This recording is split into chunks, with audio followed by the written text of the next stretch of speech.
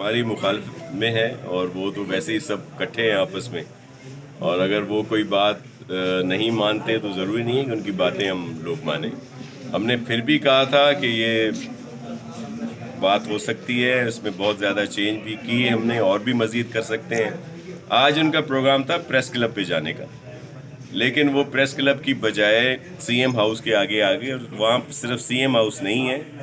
2 5 star hotels بھی ہیں جس میں پی ایس ایل کے انٹرنیشنل جو پلیئرز ہیں وہ آ کے ٹھہرے ہوئے ہیں، جہاں پہ بہت زیادہ سیکیورٹی ہے.